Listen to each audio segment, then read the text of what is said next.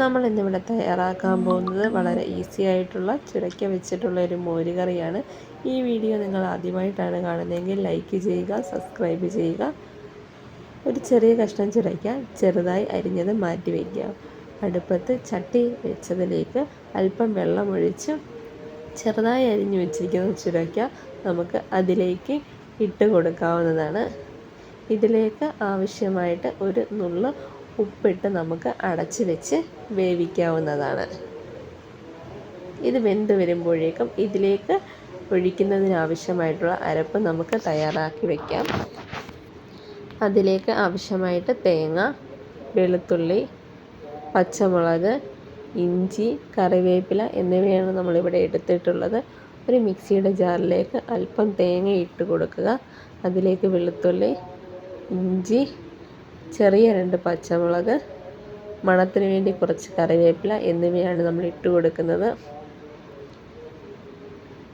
പൊടികളായി നമ്മൾ ഇട്ട് കൊടുക്കുന്നത് മഞ്ഞൾപ്പൊടി, അല്പം ജീരകം,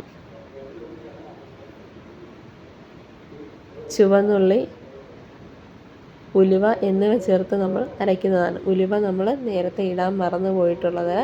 ഉലുവ ചേർത്ത് നമ്മൾ അരച്ച് അടുപ്പത്തേക്ക് ഒഴിച്ചു കൊടുക്കാവുന്നതാണ്. ആവശ്യത്തിന് വെള്ളം നമുക്ക് ഒഴിച്ചു കൊടുക്കാവുന്നതാണ്. ഇതിലേക്ക് ആവശ്യമായിട്ടുള്ള തൈര് നമുക്ക് ചേർത്ത് കൊടുക്കാം. നമ്മളിവിടെ ഒരു അല്പം പുളിയുള്ള തൈരാണ് ഒഴിച്ചിട്ടുള്ളത്. ആവശ്യത്തിന് മാത്രം വെള്ളം നമുക്ക് ഇതിലേക്ക് ചേർക്കാവുന്നതാണ്. ഉപ്പ് നോക്കിയതിന് ശേഷം ആവശ്യമെങ്കിൽ അല്പം നമുക്ക് ഉപ്പും കൂടെ ഇട്ട് കൊടുക്കാവുന്നതാണ്. ഇത് ചെറുതായി ഒന്ന് ചൂടായി വരുമ്പോഴേക്കും നമുക്ക് മാറ്റി വയ്ക്കാവുന്നതാണ്. ഇനി നമുക്ക് മോരിലേക്ക് ആവശ്യമായിട്ടുള്ള കടുക് താളിച്ചതാണ് തയ്യാറാക്കേണ്ടത്. അതിനായി ഒരു പാൻ ചൂടാക്കാൻ വെച്ചതിലേക്ക് ആവശ്യത്തിന് എണ്ണ ഒഴിച്ചു കൊടുക്കാവുന്നതാണ്. എണ്ണ ചൂടായി വരുമ്പോൾ അതിലേക്ക് ആവശ്യമായിട്ടുള്ള കടുക് ഇട്ട് കൊടുക്കാവുന്നതാണ്.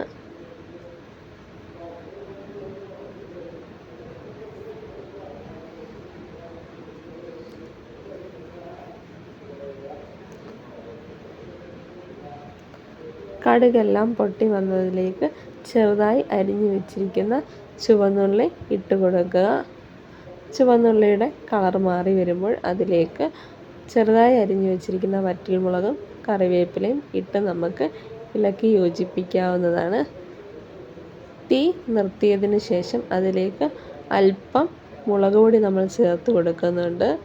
മുളക് പൊടി കരിഞ്ഞു പോകാതിരിക്കാൻ വേണ്ടിയാണ് തീ ഓഫ് ചെയ്തതിന് ശേഷം നമ്മൾ മുളക് പൊടി ഇട്ട് കൊടുക്കുന്നത്. ഇത് നമുക്ക് മോരിലേക്ക് ഒഴിച്ച് ഇളക്കി യോജിപ്പിക്കാവുന്നതാണ്. വളരെ ഈസിയും സ്വാദിഷ്ടവുമായിട്ടുള്ള മോരുകറി ഇവിടെ തയ്യാറാക്കി കഴിഞ്ഞിരിക്കുന്നു.